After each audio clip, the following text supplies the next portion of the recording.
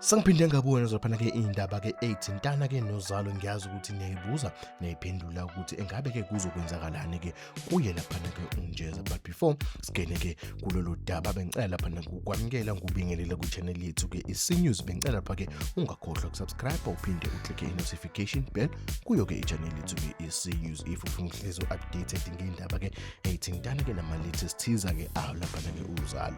Izolo sibonile laphana-ke uNjeza-ke edutshulwa-ke ulili ngesizathu sokuthi-ke laphana-ke uNjeza ebemcela noma emnxusa ukuthi dadewethu bengicela laphana-ke uyothola-ke usizo noma-ke ukweluleka ngokwengqondo-ke njengoba-ke kubonakala engazuthi awuphilile kahle and izenzo zakho ziyikomba ngqo ukuthi cha udinga yena-ke udokotela wengqondo-ke. Ube-ke ulili-ke esekushaya-ke indiva-ke lokho esho ukuthi hayibo mina ngi-right ukuthi wena-ke uhambe wayokhuluma-ke noMondli, kanti-ke siyazi ukuthi-ke phakathi-ke kaMondli nolili-ke izinto azikho-ke ezinhle njengoba-ke ulili efuna-ke ubulungisa ukuthi cha uMondli wangiphatha kabi emsebenzini, wangixoshisa, wangibophisa, so ngifuna-ke ubulungiswa, ngifuna ukuthi naye axoshwe noma ezwe lobuhlungu-ke engabuzo. Kanti-ke lokho already nje it sums up ukuthi ulili-ke akakabi right mental, kuwukuthi yena uyitshela ukuthi yonke-ke into i-right. Simbonile-ke nayizolo eqeda laphana-ke ukudubula-ke uNjeza-ke ulili-ke uvele wenza ngazuthi nje ayikho into wrong, wafonela uMondli wakhuluma naye kwangathi nje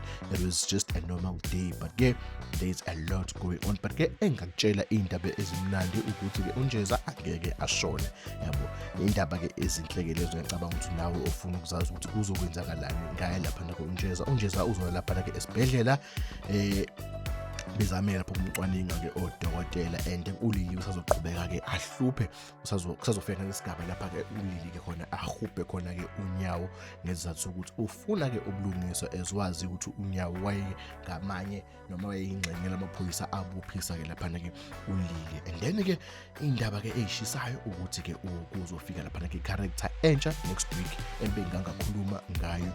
UBabusizwe-ke uzoya laphana-ke eyovakashela-ke uNkunzi-ke ejele eyomtshela ukuthi hayibo ngibuyile ngifuna laphana-ke ubukhosi baseNdlente. Kanti-ke laphana-ke uBabusizwe ukholelwa ukuthi-ke ubukhosi balaphana-ke eNdlente-ke ubukhosi bakubo obalahleka as isikhathi sihamba, so njengamanje uzothatha-ke lokhu-ke akufunayo. Kanti laphana-ke uNkazimulo-ke uzoyisola-ke ngakho konke akwenzile ngenkathi-ke laphana-ke ey'tshela-ke ukuthi-ke uyena ozoba umndaba ezitha omusha walaphana-ke eNdlente after-ke ebophise uNkunzi. Kanti konke lokho kuzojika ngenkathi-ke uNkunzi-ke esededela amandla akhe enika laphana-ke uBabusizwe-ke ebese yayisola-ke laphana-ke yena-ke uNkazimulo-ke ethi uzama-ke ukuyofuna uxolo kuNkunzi. uNkunzi-ke uzobe semreject ethi wena ungikhaphilile wangatshengisa ukuthi uyangithanda noma unendaba nami. So kuningi kusazokwenzeka bafethu kuzalo, please stay tuned kule channel yethu CNews. Ngizoqinisekisa ukuthi ngihlezi ngo-update